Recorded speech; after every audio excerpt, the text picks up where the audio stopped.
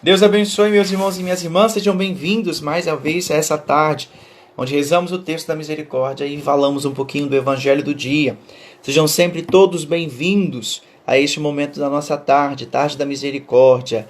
Ei, Leide, Lígia, as duas irmãs online, olha que maravilha. Seja bem-vinda.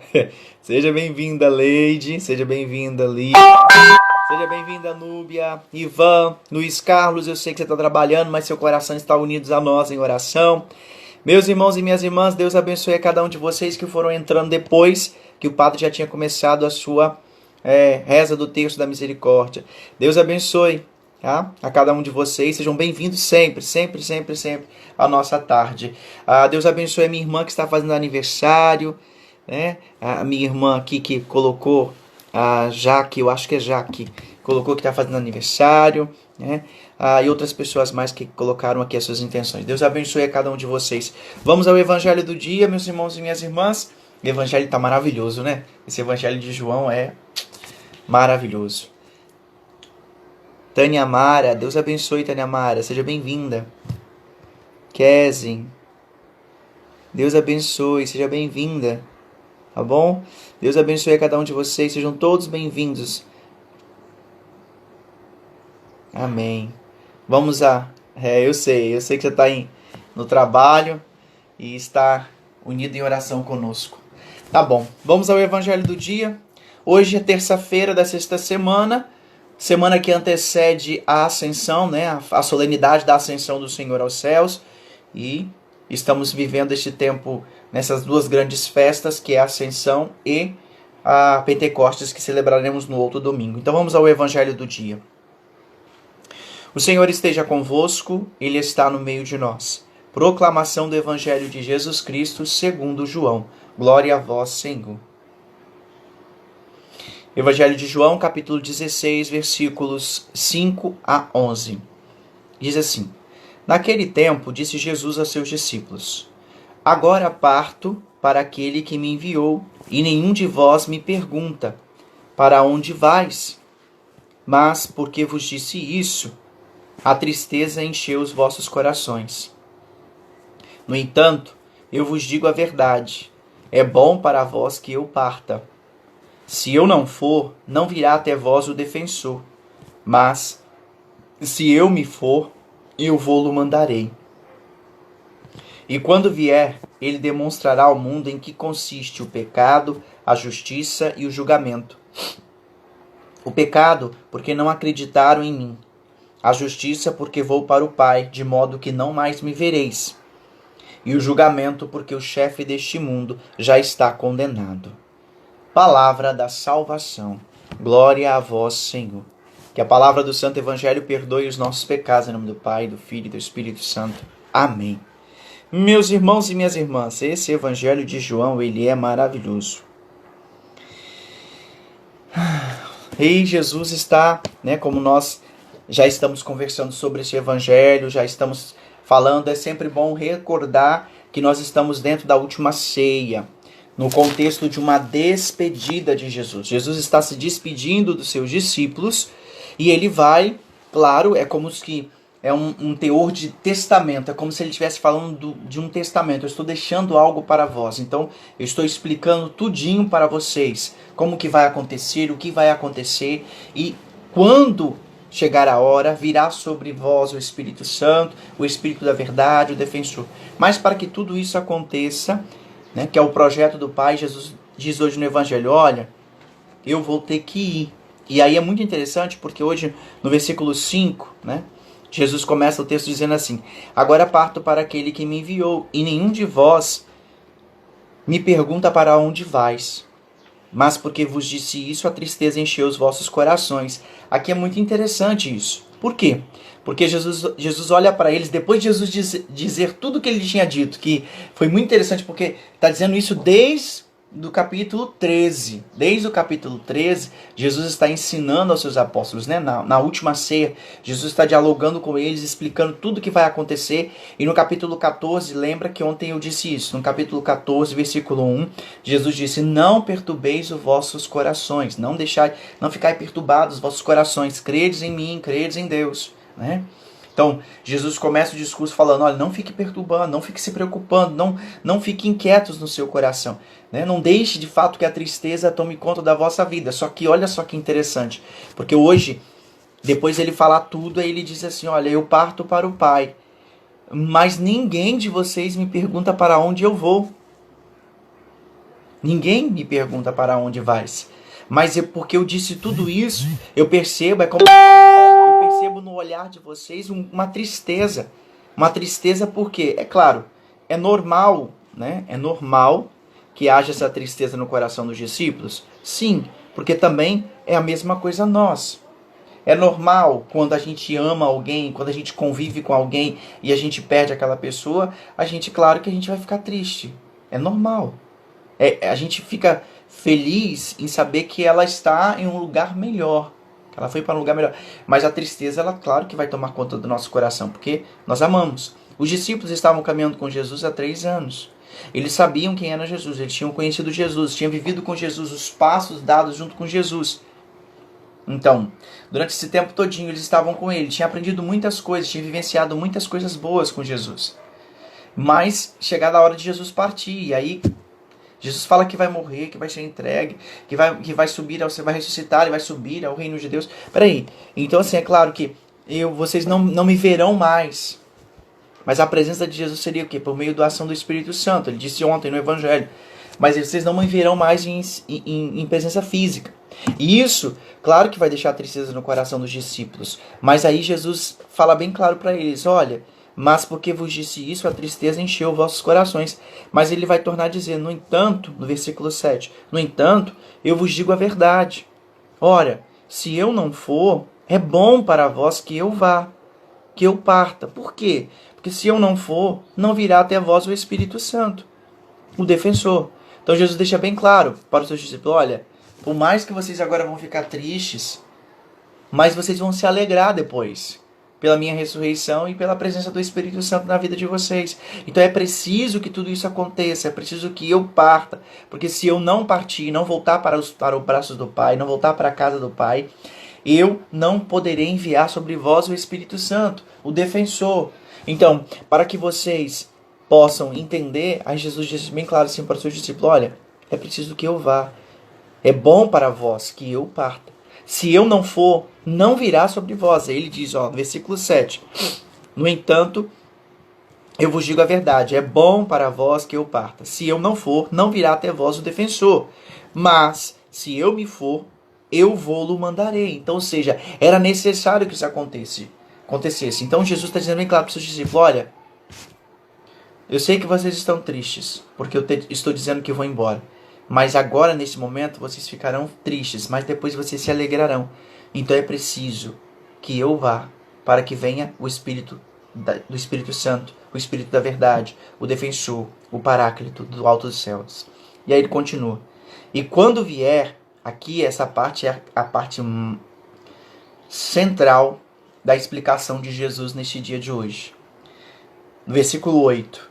E quando vier, ele demonstrará ao mundo em que consiste o pecado, a justiça e o julgamento. Aqui é muito interessante, meus irmãos e minhas irmãs. Por quê? Porque Jesus está falando, olha, estou me despedindo de vocês, eu vou para o Pai. E se eu não for, o Espírito da verdade não virá sobre vós, o defensor não virá sobre vós. Então, mesmo que vocês fiquem tristes nesse momento, mas depois vocês se alegrarão. E eu quero lembrar a vocês que quando o Espírito vier, quando o Paráclito vier, quando esse defensor vier, ele vai mostrar ao mundo o que consiste o pecado, a justiça e o julgamento. Aqui é fantástico. Por quê? Porque, não sei, talvez você lendo assim,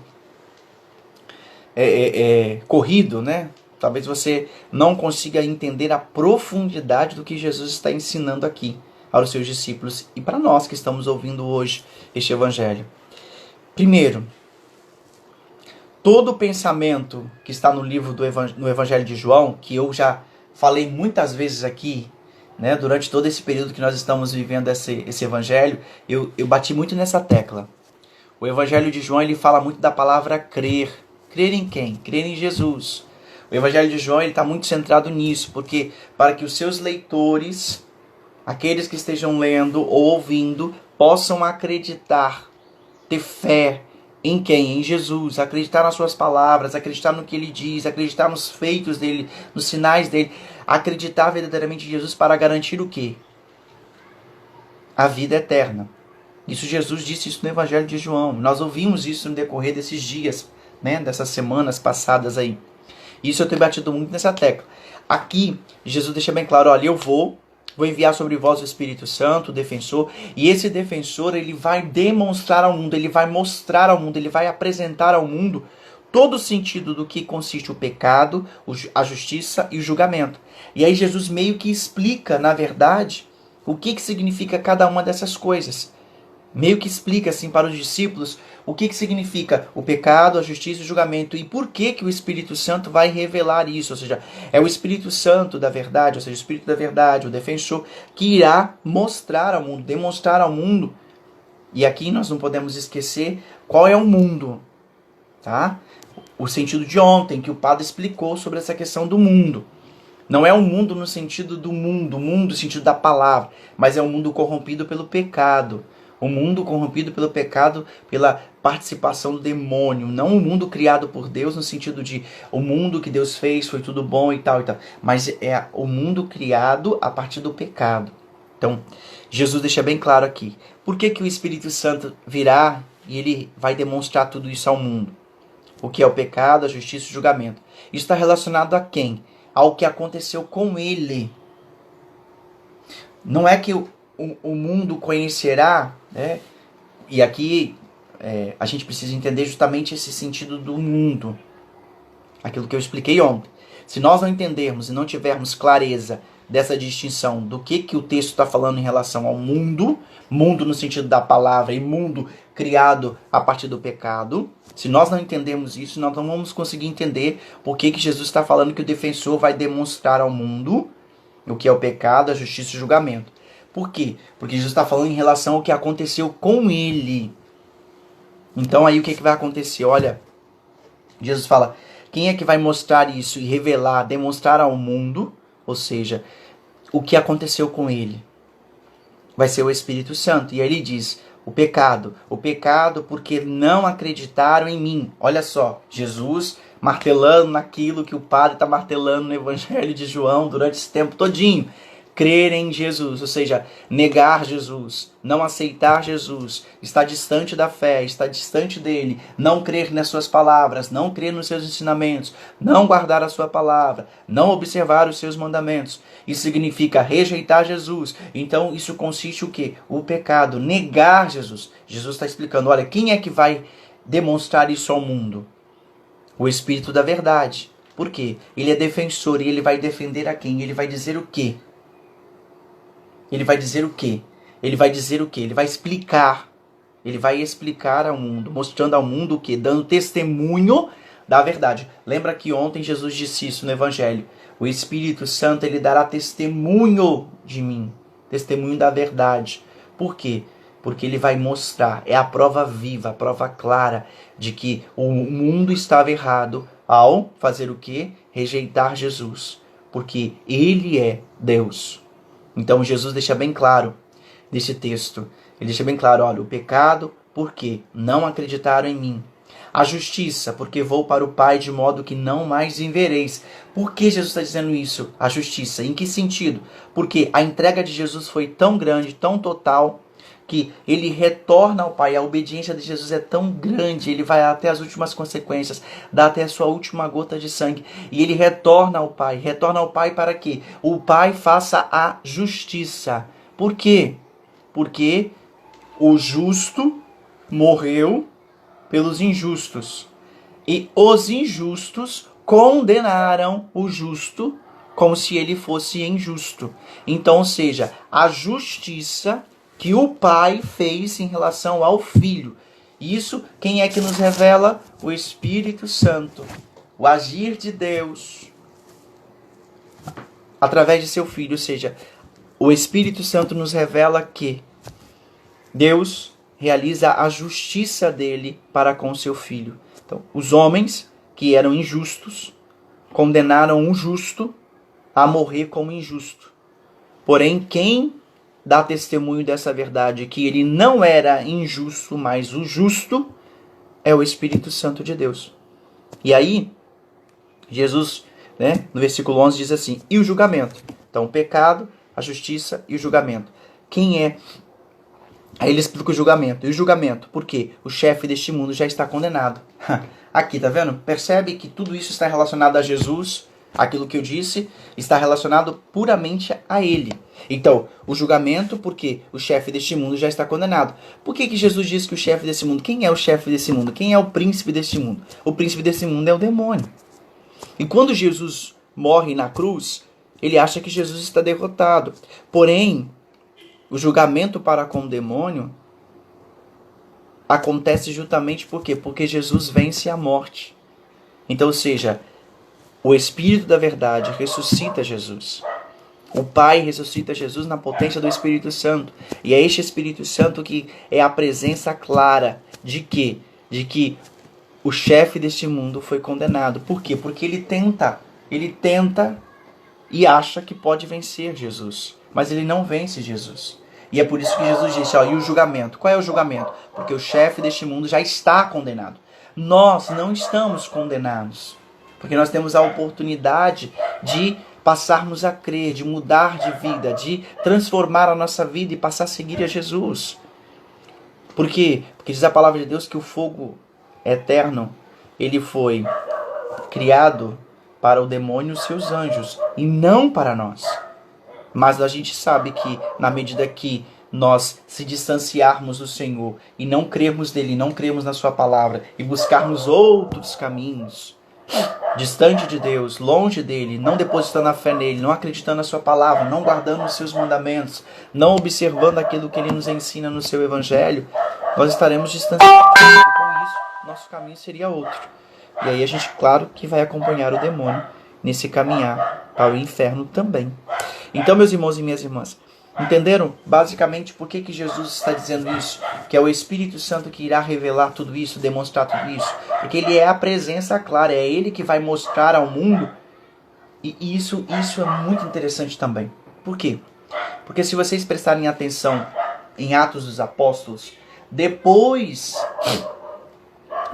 que os discípulos, Jesus morre, ressuscita, sobe aos céus e que vem o Espírito Santo, Pentecostes, né, sobre os apóstolos, os Atos dos Apóstolos, eles narram para nós toda a trajetória dos discípulos de Jesus, o agir dos discípulos, né? Inclusive nós estamos lendo nesse período pascal, esses Atos dos Apóstolos. E nós percebemos que é o Espírito Santo quem vai falar na boca de Pedro. E Pedro vai falar, olha, aquele que vocês rejeitaram tornou-se para nós a pedra angular. Pedro vai dizer assim, aquele que vocês crucificaram era o Filho de Deus e tal. O próprio Espírito Santo, Pedro cheio do Espírito Santo, irá profetizar, irá falar. Então o Espírito da verdade, o defensor, é ele, aquilo que ontem também no Evangelho eu dizia. Jesus deixou bem claro para os seus discípulos, e domingo também, nós no Evangelho ouvimos isso. Ele estará ao vosso lado e estará dentro de vós. Então, ou seja, ele defendia Pedro diante de toda aquela situação. E Paulo e tantos outros discípulos de Jesus, né? Que vão pregar e anunciar o Evangelho a todas as pessoas.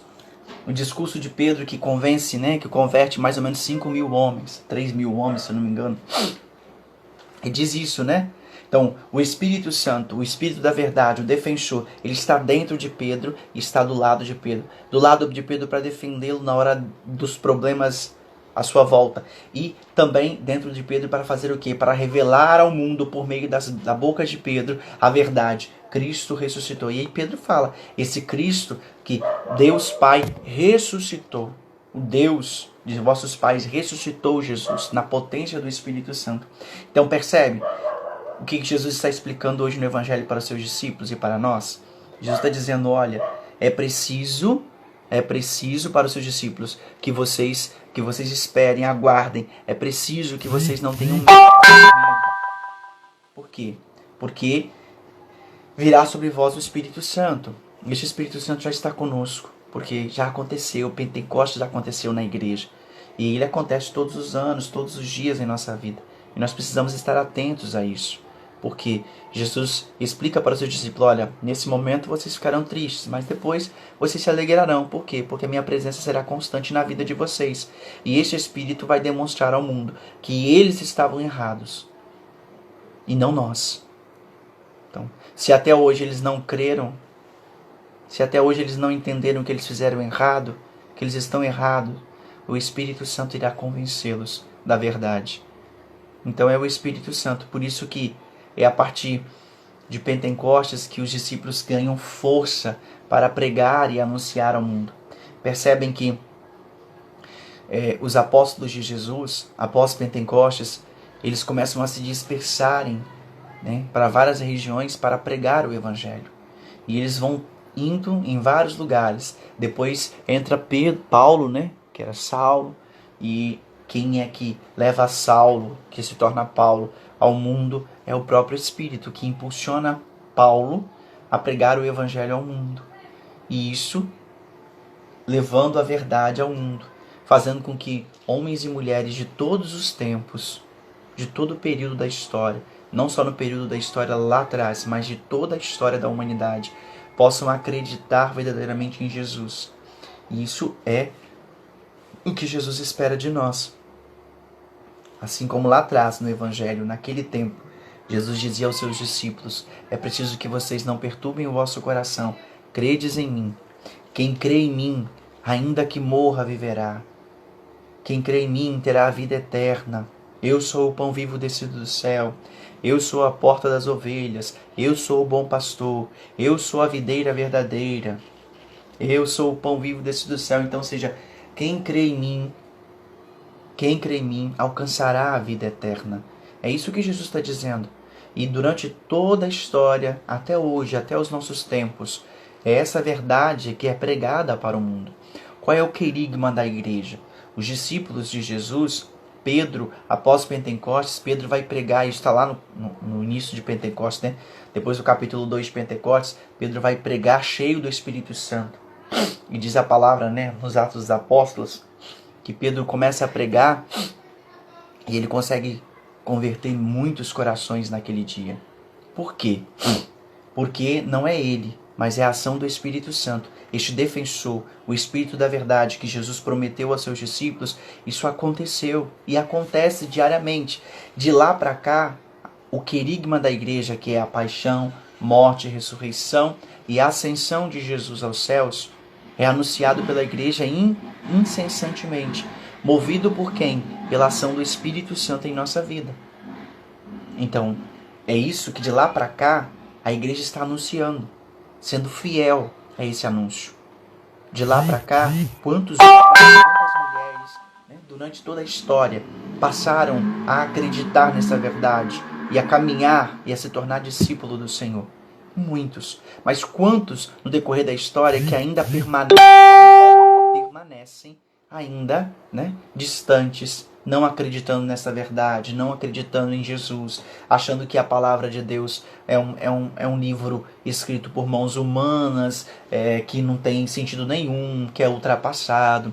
Quantos que acreditam que Jesus foi um ser iluminado, mas que passou por aqui, que não está mais, que não tem mais presença dele no nosso meio? Quantos não acreditam na verdade da Eucaristia? Quantos desprezam a igreja? Quantos desprezam os ensinamentos? Tem muitos na história e até hoje continuam assim, muitos.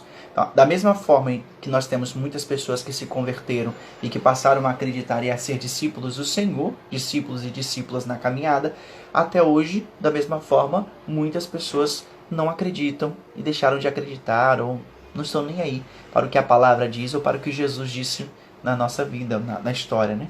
Então, que nós possamos, a partir desse evangelho de hoje, perceber essa presença do Senhor. Ele está conosco. É Ele quem impulsiona a igreja por meio do seu Espírito Santo a fazer esse anúncio constante e a levar muitas pessoas à verdade. Conhecereis a verdade e a verdade vos libertará. Por isso Jesus disse que é o Espírito da verdade. No Evangelho de João, ontem, antes de ontem, nós ouvimos isso. O Espírito da verdade. Por quê? Conhecereis a verdade vos libertará. O Espírito que adentra o nosso ser é esse Espírito que é da verdade, que nos revelará a verdade. E a verdade é Jesus. Então, Ele nos ajudará a compreender, a entender tudo aquilo que nós não compreendemos em relação a Jesus. Mas Ele nos ajudará a aceitar, a viver essa espera, a viver constantemente a fidelidade para alcançarmos um dia aquilo que o Senhor deseja de cada um de nós. Eu não quero ir para o fogo eterno. Eu creio que também você não quer, meus irmãos e minhas irmãs. Então, entendamos isso. Estejamos abertos e atentos a essa ação do Espírito Santo em nossa vida, para sermos homens e mulheres cada dia mais renovados, vivendo sempre a graça do Espírito Santo diariamente.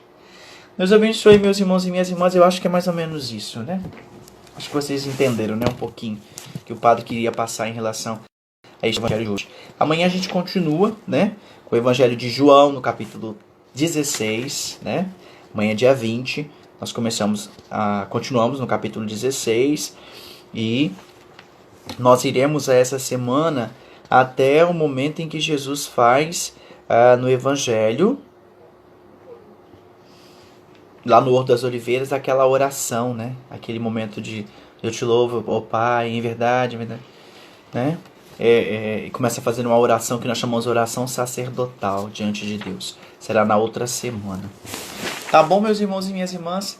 Deus abençoe a cada um de vocês. Obrigado e espero que vocês tenham entendido um pouquinho esse evangelho, né, no dia de hoje. Não é confuso, mas tem algumas coisas que talvez a gente possa não entender, né? Então, obrigado pela presença de todos vocês. Agradeço aqui, né, os nossos irmãos que são fiéis esse tempo todinho, né? Tem gente que está desde o primeiro dia acompanhando o Padre Edmilson e não larga do pé daqui. Então, muito obrigado pela parceria, pela unidade na nossa tarde de oração. Deus abençoe a cada um de vocês. Vamos continuar, né, vivendo esse momento na presença do Senhor. Tá bom, meus irmãos e minhas irmãs? O Padre vai pedir a bênção de Deus. O Senhor esteja convosco, Ele está no meio de nós. Que desça sobre vós, vossas famílias, sobre todos aqueles que você traz no coração, no pensamento neste momento, de forma especial aqueles que estão doentes em casa, nos hospitais, aqueles que estão passando por alguma tribulação neste momento, pelos nossos aniversariantes, por todos aqueles que nos pedem orações nesse momento, pelos objetos que estão sendo apresentados, pelas pessoas que perderam seus entes queridos, pela intercessão da bem-aventurada Virgem Maria, de São Francisco de Assis, a bênção de Deus Todo-Poderoso, Pai, Filho e Espírito Santo. Amém. Deus abençoe, meus irmãos e minhas irmãs. Até amanhã, se Deus quiser.